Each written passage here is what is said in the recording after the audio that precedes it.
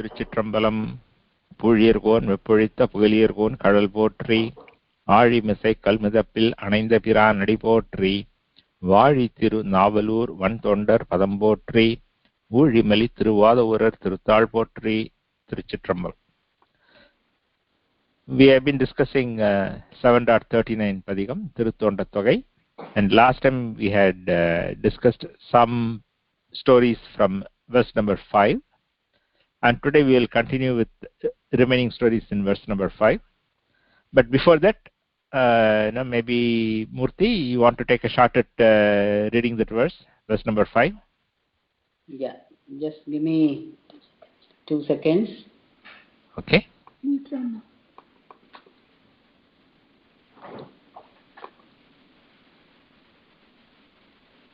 It is reaching the Telugu.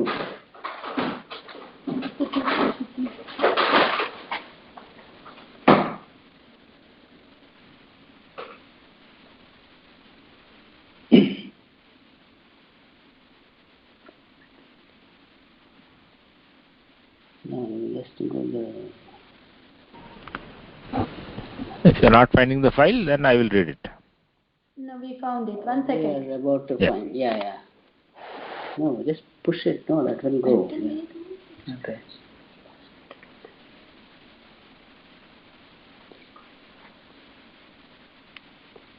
Yeah. Okay, Periya Puranam. This is Padal 5. Padal 5. Okay, Chadunu. Okay.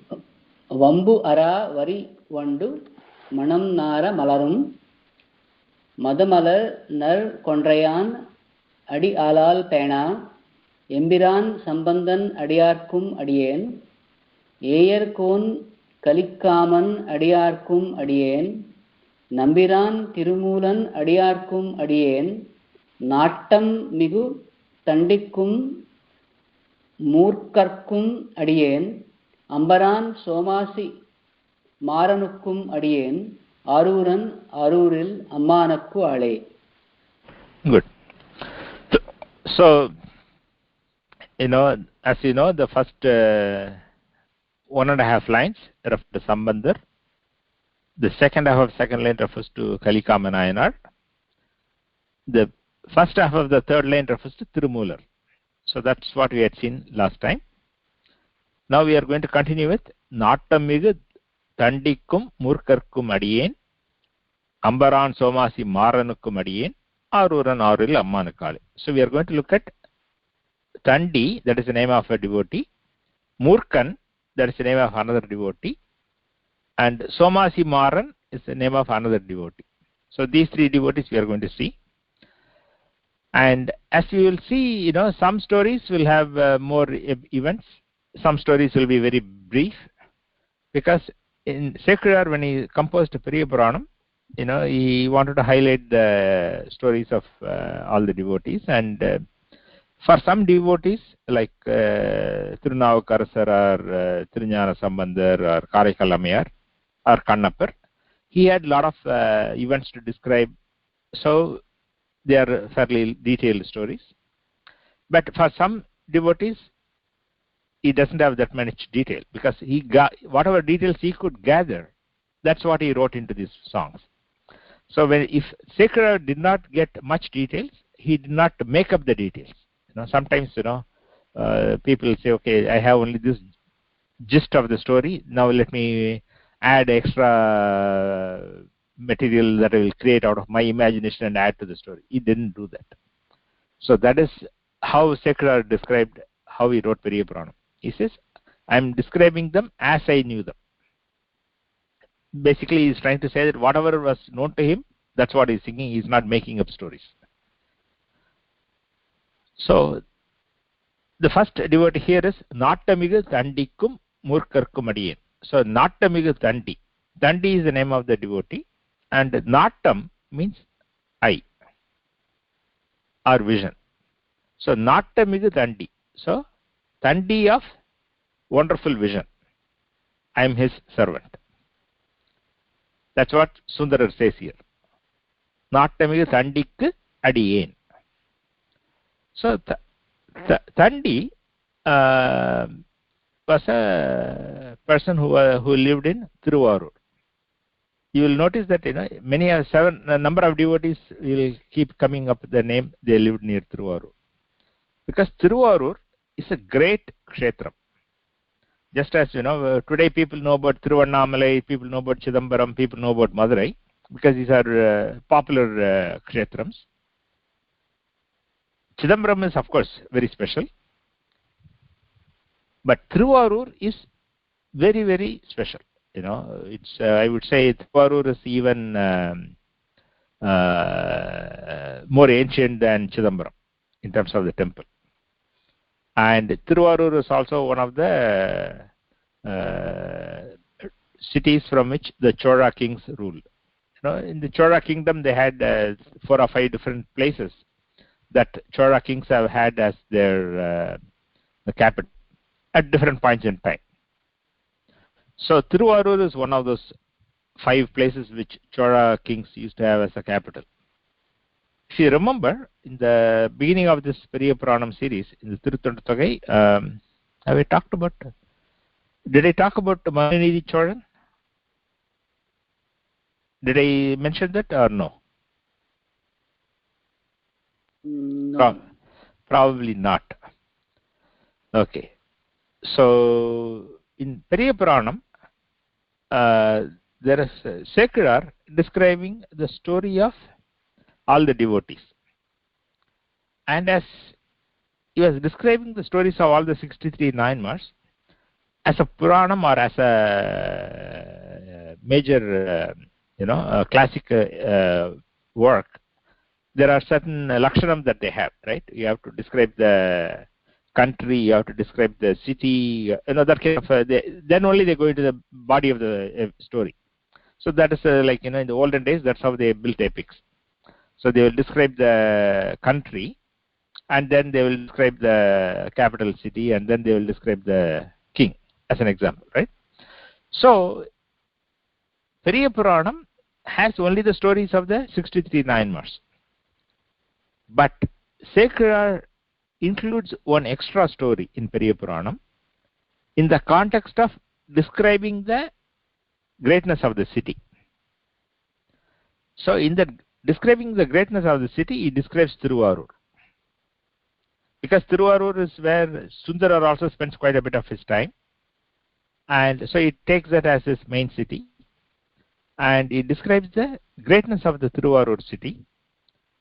And in that describing the greatness of that city, he describes a story of an ancient king who ruled that city. And that is a very famous story.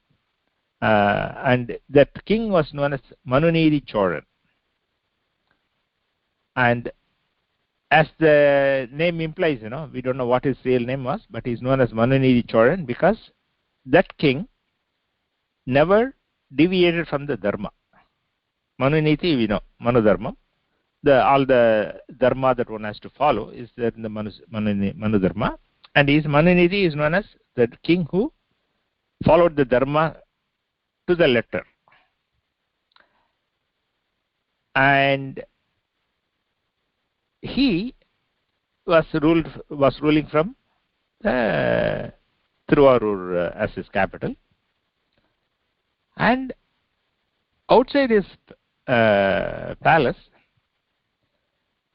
he had tied a big bell. And if any citizen had any grievance that is not resolved by the king's ministers or other official staff, that citizen can come and ring that bell and bring to the attention of the king that there is a citizen has a grievance that has not been redressed. Because ordinary people cannot reach the king easily, right? Because they will have several layers. It's like, hey, if you have a problem, and how do we go tell your prime minister or president? We cannot do that.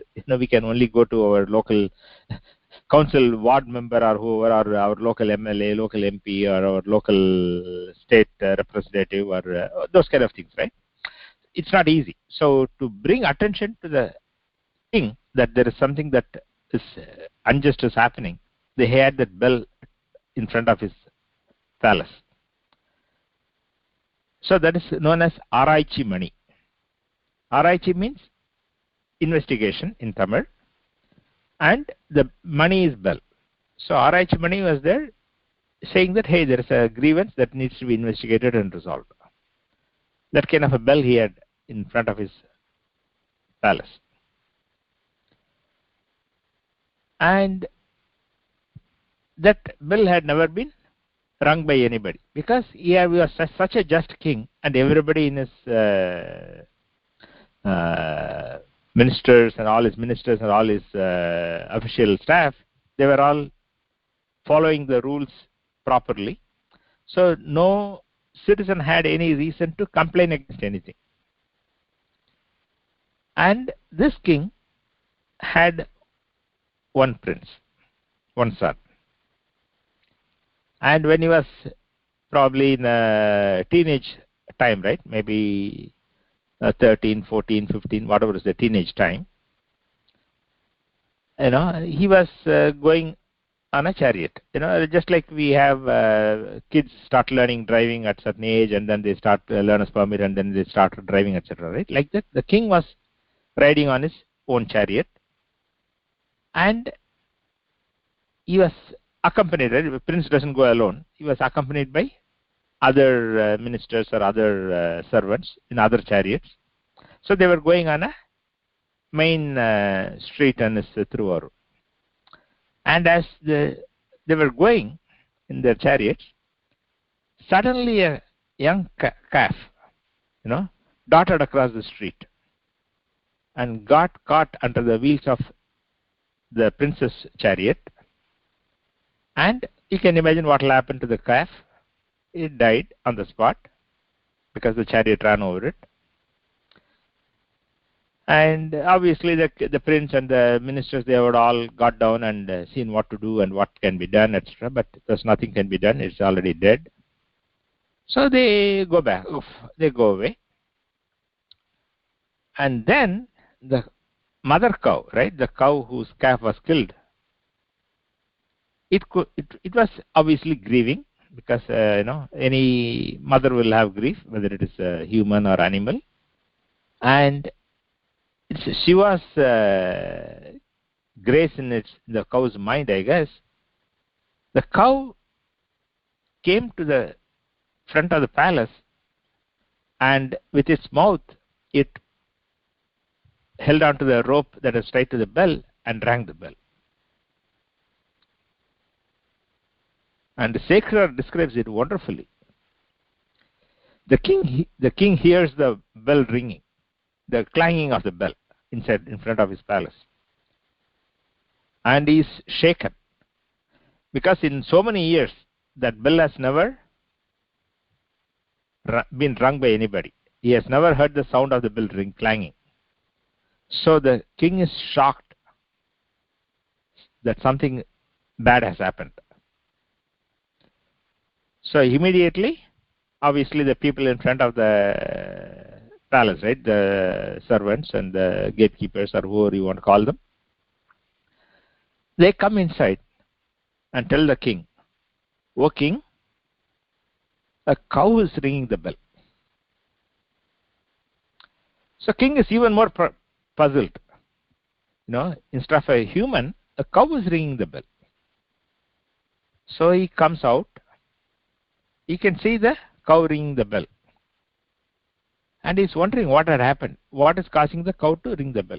In the meantime, the ministers come to him and tell him what had happened. That the prince and they were going on their individual chariots, and the calf got caught under the chariot that prince was driving, and the calf died, and that's why the cow is grieving. So the king is wondering, how do I deliver justice to this cow? Because a king has to be a just king. That's why he's manu, neethi, chozhan.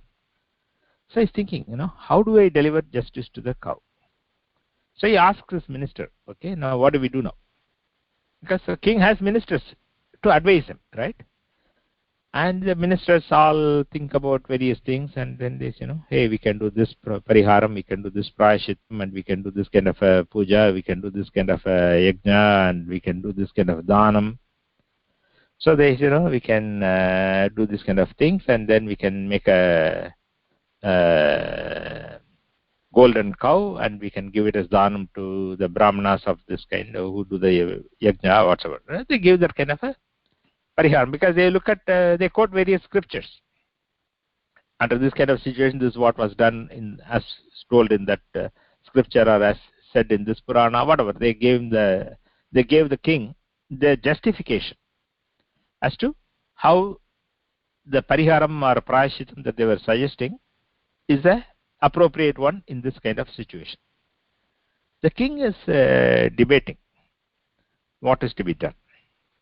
And he says, if I do this puja, or if I do this yajna, or if I do this dhanam, how will it help this cow? How will it deliver justice to this cow?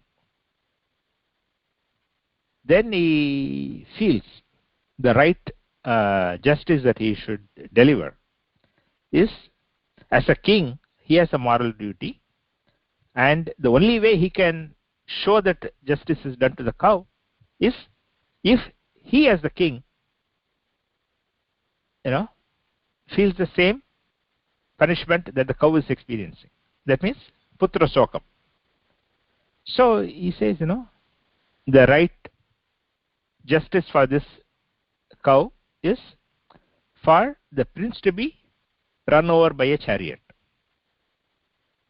And the king looks at one of his ministers and says, hey,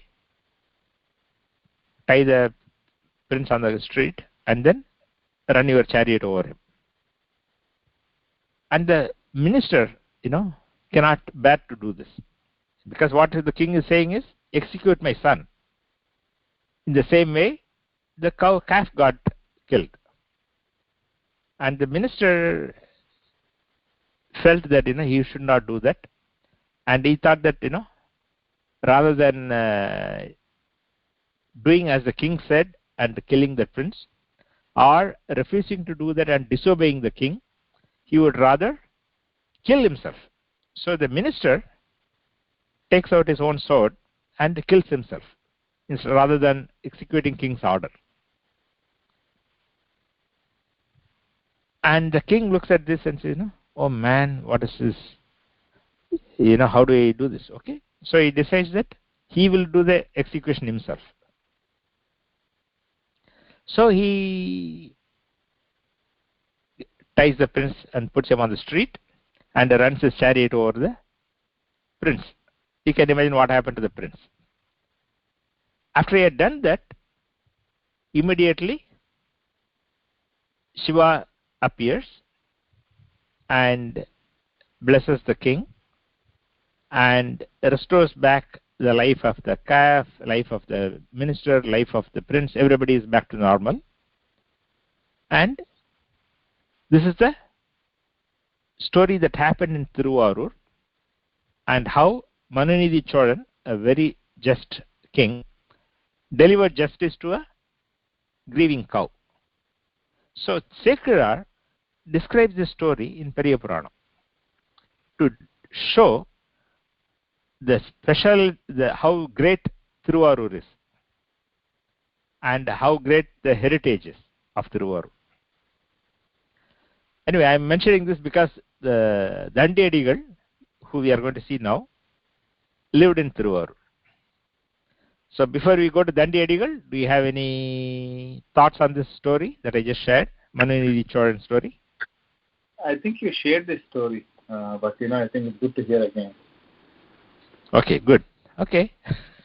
Yeah, I'm glad that I did that again then. Yeah. So this is our... Go ahead. Yeah. Oh, sorry. So this king lived in the same time as thaNdi? No. No. This king lived many, maybe 1,000 years ago, maybe 2,000 years ago, before his time. Okay. But he lived in Thiruvarur, so Sekar describes the greatness of Thiruvarur and he describes the story. And even though I mentioned this story now, in the context of before telling the nAyanAr story, Sekar puts it in the beginning of Periya Puranam, somewhere in the early part of Periya Puranam, before all the stories start. Okay.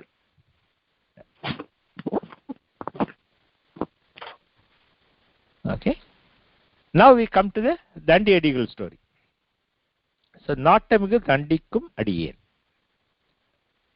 nAyanAr or thaNdi, he was born in Thiruvarur and he was born blind, meaning he never had eyesight.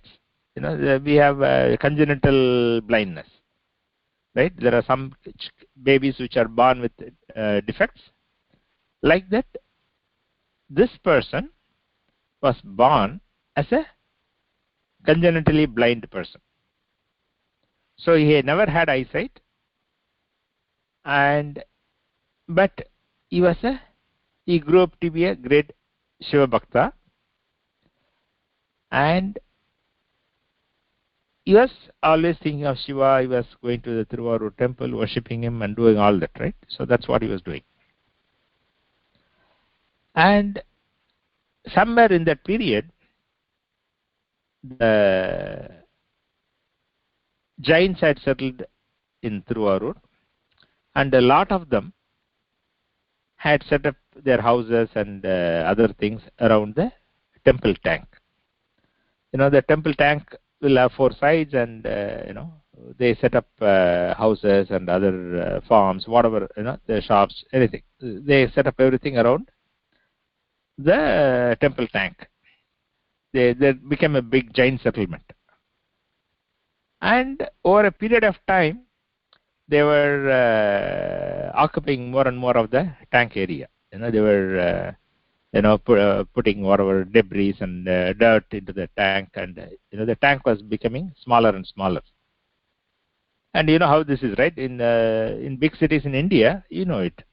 If there are 30 years ago, they will say here was a tank, but today it is a mall. That place has been filled up, and they have built the houses, shops, malls, everything has come up. Like that, in those days in Thiruvarur, something like that was happening. The temple tank was getting filled up on the edges, and more it was becoming filled up, and the temple tank was becoming smaller and smaller and shallower. And I don't know whether nAyanAr learnt about this directly, because he could not see, but whether he felt it by that or whether he heard from others, right? All the others would have been telling him, hey, this is what is happening, or something like that. So one day he felt that he has to take an action. He felt that he had to do whatever he can do to desilt the temple tank. Desilting, right? People go, they dig the dirt out of the tank and then they throw it out. That way they deepen the tank and make it proper again. For a period of time, the wells can get filled up with silt. The tanks can get filled up with the dirt and debris and silt. So we do desilting periodically, every few years, etc.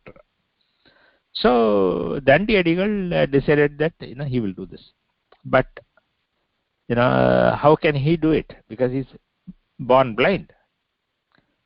So maybe with the help of some others, he put a stick on the bank of the tank, on the edge of the tank, and then he put a stake somewhere in the middle of the tank, near the middle of the tank, which was where he had to desilt, and he had a rope tied between these 2 stakes, and he picked up a shovel, a basket, and then he will come in the morning.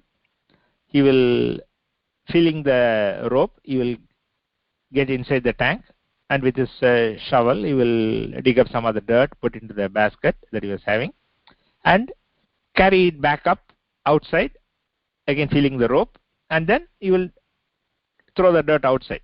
So basically this is how he was, as a one-man effort, he was doing it. Now he will go in and dig basket of dirt, carry it, dump it outside, go in, dig, dump it outside. And as he was doing, obviously he was a Shiva devotee, so he had holy ash smeared on his forehead and in his shoulders and everything, and he will be uttering the Panchaksharam, Namah Shivaya, Namah Shivaya, as he was doing. And you would have seen this kind of a practice, right? The ardent devotees, they utter the Panchakshara Namam all the time, because that's how they are. So he was doing this. So this was going on for a few days. And the giants around who had settled around the temple tank, they were disturbed by this.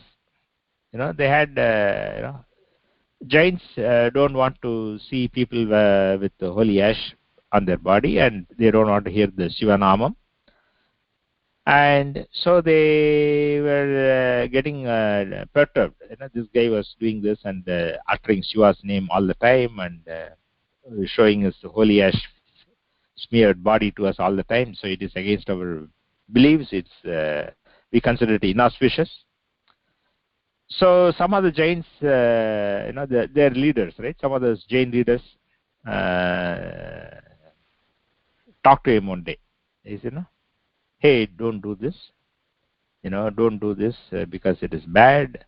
Because we are digging the dirt from the ground, and there are, worms and other living things in the earth. And by you digging all this, you are destroying them, you are killing them, you are harming them. And it is a sin. Don't do this. So they were advising, because we know the giants, they considered digging the earth potentially sinful thing, because you may be cutting off, destroying the things that live inside the ground, right? The worms and other things. And in fact, that is one of the reasons even today giants, I believe, don't do farming, and also they don't eat anything that is a root, like potatoes or any of those kind of root vegetables. The giants don't eat, because it requires digging the earth and against their philosophy. Anyway, so the giants of those times, they were trying to dissuade thaNdi adigaL from doing what he was doing. So thaNdi adigaL then replied to them, hey, you guys don't realize this. I am doing Shiva's service. I am doing Kainkaryam. I am doing holy service, restoring the temple tank. So whatever is the holy service done as service to Shiva is punyam, not sin, right? Because the giants were thinking that by digging the earth, he was committing sin, and thaNdi adigaL was telling the giants that he is doing Shiva's Kainkaryam, Shiva's worship, Shiva's service. So it is it's a good act. It's a punya. And of course, we have seen this in other examples, even in the Periya Puranam that we have covered, stories we have covered so far. We have seen something like Chandisar, right? Chandeswara nAyanAr, who chopped off the legs of his father, and father died, but Shiva blessed Chandisa and said he will become his next father. So when something is done with a pure heart in the service of the Lord, that is always a punya, even though it may appear as sinful act in the eyes of others. So anyway, he didn't say this story to the giants, because this happened. He may have mentioned it, I don't know, because Chandisar's time is also very old. And so when thaNdi adigaL told the giants that hey, I'm doing Shiva's service, it is a holy act, it's a punya, giants got angry. He said, hey, oh, we thought you are only blind. Now we realize that you are also deaf. Even though you have ears, they don't hear. We are telling you good advice and you are not listening to us. Have you gone deaf also? So they were sort of mocking him and disparaging him, and then they forcibly grabbed his basket, grabbed the shovel, and they threw them away, and they picked up the stakes, removed the stakes and removed the rope, everything. They threw them out. And as a lone blind man, what can he do when there are, I don't know whether there are 5 people or 10 people around him who are doing all these things? So he was sort of, at a loss. He couldn't do anything. All he could do was cry and pray. So he goes in front of the Tiruvarur temple, and then he falls on the ground and cries and pleads, "Oh Shiva, this is what is happening. What can I do?" And before that, I forgot to tell you one important thing, right? So when they did this, the adigaL became highly upset and angry with the Jains, especially when they mocked him and they threw away his shovel and basket and everything. He says, you guys are mocking me as blind. You are the blind guys. You are not realizing the truth. You are not seeing things. You have eyes, but they don't see. So, if Shiva gives me an eyesight and takes away your eyesight, what will you do? There was this question to Jains, and the Jains told him, hey, when somebody challenges you like this, the immediate response, they are all angry, arguments are going on. So the Jains say, hey, if you get your eyes back, we will leave this city. We will not be here. We will move away. We will go away. So then the adigaL comes in front of the temple and falls on the ground, cries and prays, and Shiva, this is what the Jains are telling me. What will I do? No, you have to help. What will I do? I am unable to do anything now. Then he goes back to his place where he was living, and obviously he was highly depressed and dejected, and he goes to sleep that night. And that night, he has a dream. In the dream, Shiva tells him that, tomorrow you will get your eyesight back and you will see that the Jains go blind. And on the same night, Shiva appears in the dream of the Chola king and tells him, "O king, the adigaL was trying to do this and the Jains are troubling him. So, you go tomorrow and ensure that the adigaL's desire is fulfilled." So the king wakes up in the morning and comes to the adigaL and says, "Sir, I had a dream like this, and Shiva told me this in the dream." And the adigaL also had his dream, right? So the adigaL immediately knew that there is Shiva's grace that he has got. So he tells the king, this is what happened the previous day.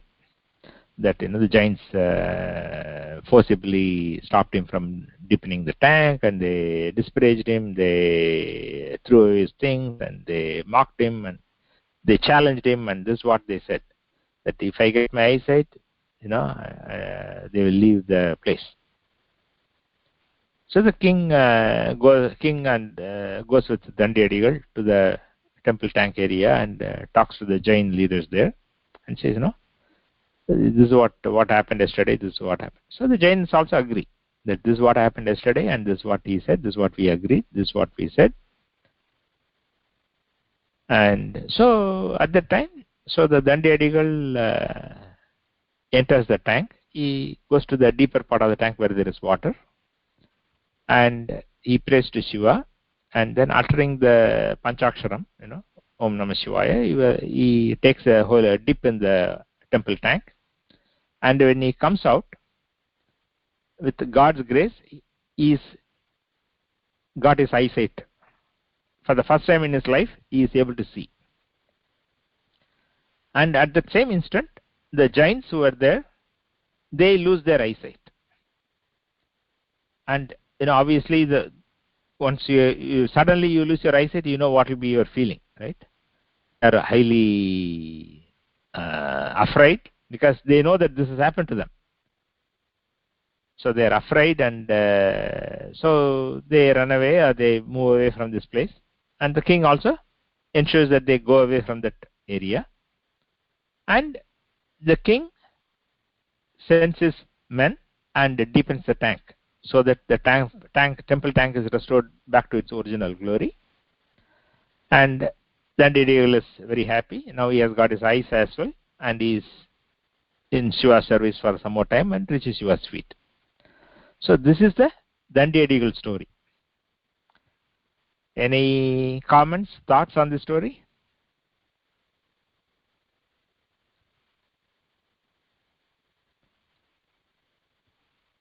Okay. If not, we will move to the next story. mUrkkarkum adiyen. Murkan is now I don't think it is a real name, because mUrkka, right, is a Sanskrit term which means somebody who is obstinate and rude and rough and all that kind of thing. So Murkan. So this devotee is known as mUrkka devotee. We don't know his original name. This is the name by which we know him now. So he lived in a place called Thiruvairkadu, which is near Madras. Thiruvairkadu is probably about maybe about 20 kilometers or so from Chennai city. It's on the southwest area, I think, west-southwest area. And now people know that place for the Karumariamman temple. There's a famous Karumariamman temple that a lot of devotees go to, but there is a separate Shiva temple there. And mUrkka nAyanAr lived in Thiruvairkadu, and he was a fairly well-off person, and he was a great Shiva devotee. And his service was, he was doing annadanam. He was feeding the devotees every day. There are several nayanars that we have seen whose service was serving other devotees, in whatever way. Tirunilakanta Koyavanar, he was a potter, so he was giving, the begging bowls and other such things to Shiva devotees. And similarly, we have seen Amarnethi nAyanAr, who was a merchant, who was giving away the undergarments and other garments to Shiva devotees. Like that, every devotee was doing service in his own way. And we have seen, Ilayankudi Mara nAyanAr, who was again feeding the devotees. So feeding the devotees is a noble act. So mUrkka nAyanAr was also doing that service. And after a number of years of doing this, due to various reasons, Shiva's grace, I should say, he becomes poor. And we know what happens when people become poor.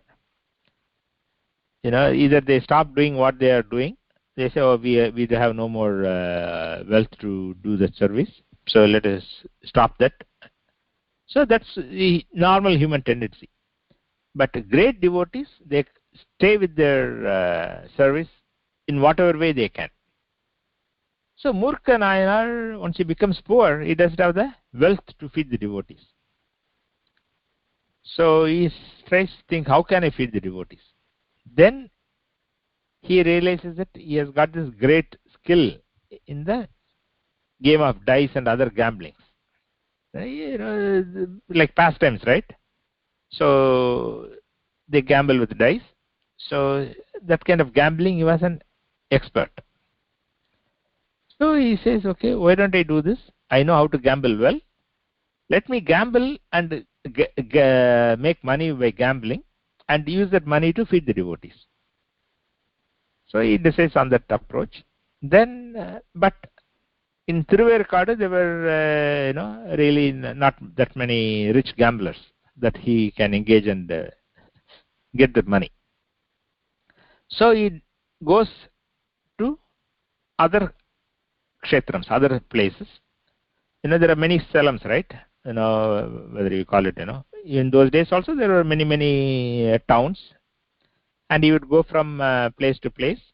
He will go to a town and he will worship Shiva in the temple there, and then he will go to the public halls where the local gamblers gather, and he will join them, and he will gamble, and he will make some money by gambling, and the money that he made with gambling, he will give it to the cooks in that area and have them make food and feed the devotees.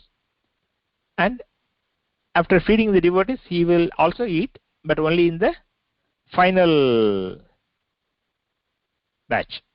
There will be devotees, they will be feeding them in batches, right? As you know from weddings or other places, if you have 100 people, but you can only serve 20 people at a time, so you have 2 or 3 batches. So you will feed the other devotees and finally eat in the last place. Like that he was doing, and once you are doing it, if you stay in one place and after 2 or 3 days or 5 days, people know that you are the master gambler. They know that if they play with you, they will lose. So after some time, people will want to avoid you, right? Because they know that they will lose. Nobody wants to lose the money. So they will avoid him. So he would go to another place. So because where there will be new people, new gamblers, and he can make money. So he was doing a kshetradanam, pilgrimage kind of thing, and every place he was going, he will worship Shiva there, and he will gamble, make money, feed the devotees in that place, and after a few days or a week or whatever, he will move to the next place. And this is what he was doing. And finally he came to Kumbakonam. Kumbakonam was a big city in those days too, and he stayed there for a while, and there are a lot of temples in and around Kumbakonam. He was worshipping there, and he was gambling and making money and all that. And he had a sacred describes how he was gambling. Because if you start winning in the beginning, you can't make much money. So what he used to do was that he would, in the first couple of rounds, or maybe 3 rounds, 4 rounds, whatever, he would willingly lose. That way, others think that he is an easy target. The others feel confident that they can win. And after losing for a first few rounds, then in the next couple of rounds, he will increase the stakes. Right? So the others also will be willingly increasing the stakes because they think that they can beat him. And then he will start winning. That way you lose small in the beginning and then big win in the later part of the gambling. And sometimes the gamblers refuse to pay. Right? They think that he is cheating or whatever, they will refuse to pay. Hey, I don't have the money or whatever. And if anybody refuses to pay him whatever they have pledged, he will take his sword and threaten them. That's why he got the name mUrkka, because he was not only gambling, but he was also violent gambler. If somebody refuses to pay him up, he will threaten them and make them pay. And then, of course, he was a great devotee, so he would take that money, give it to the others, and get food prepared and feed the devotees. So this is how he served the Lord, and after some time he reaches Shiva's feet. So that is the story of mUrkka nAyanAr. Any questions or comments?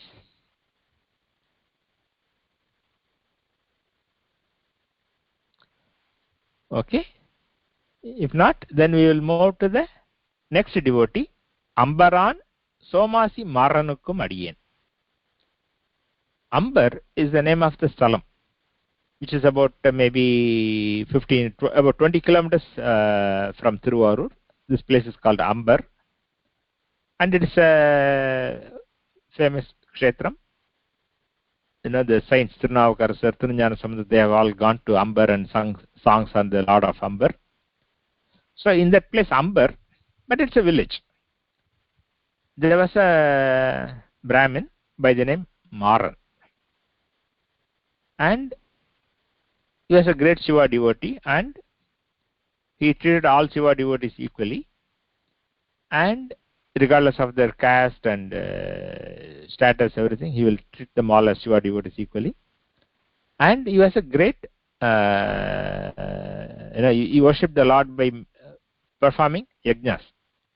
So sOmAsi Maran means, sOmAsi here is a Tamilized version of the word Somayagam, right? Somayajulu, right? In Telugu you have this word Somayajulu, right? So Somayaji is the word, Sanskrit word Somayaji, and that has become sOmAsi in Tamil. So he was doing that kind of yajnas, Somayajnam, and that was his service. And he was a friend of Sundarar. Sundarar and sOmAsi Maran, they were contemporaries, and sOmAsi Maran was a friend of Sundarar. And by doing his service, he reached Shiva's feet. So that's all we have in Periya Puranam. There is other Karna Parampara stories, but those are not in Periya Puranam.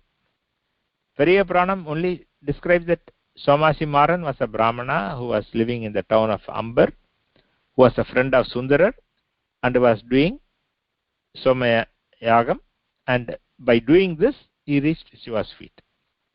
And that's how he gets a place in the list of special devotees. That's all we have in Periya Puranam for sOmAsi Maran. Any comments or questions? Yeah, I have two comments actually. One is regarding sOmAsi Maran, right? Mm-hmm. So, if you, I think earlier there was another saint, another nayanmar, whose story also is very short, and he reached the Shiva Sahajyam by chanting or by performing Rudram several times. Correct. Okay, I think that's the only thing, it's also just a couple of line story. Correct. This is something very similar to that. Correct. So this is one observation I have. Correct. That is one. Then the other thing is before the earlier story, which Nattammingu, that mUrkka. Nattammingu thaNdi, yeah. Nattammingu thaNdi, no, not him, but that mUrkka. mUrkka. mUrkka. So he seems to have. Really be the right man, like the guy who inspired a lot of Hollywood, Bollywood movies. by all these guys, in the movies, they first lose a few rounds and then they win, So like Godfather from the. So I just thought, okay, he really set the trend. That's all. Good. Okay. Yeah, the Rudram chanting saint is known as Rudra Pasupati. In Tamil, it is Uruttira Pasupati, but in Sanskrit version it will be Rudra Pasupati. And he was chanting Rudram by neck deep water. He will stand in the temple tank, neck deep water, and chant Rudram many times. Yeah. So sacred doesn't. That's why I said sacred doesn't make up life histories. Because he didn't get any more details of these saints. All that he could get was that this is what they did. The highlight of the life was this is what they did. So he doesn't get any other detail from that time when he did his research. He goes to the different places and gathered the history, oral history, and document it. He didn't get it.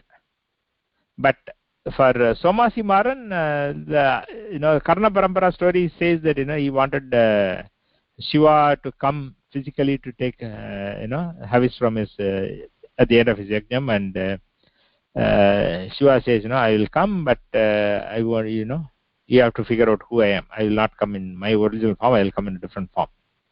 So the story is that the Karna Parampara story, it is not in Periya Puranam.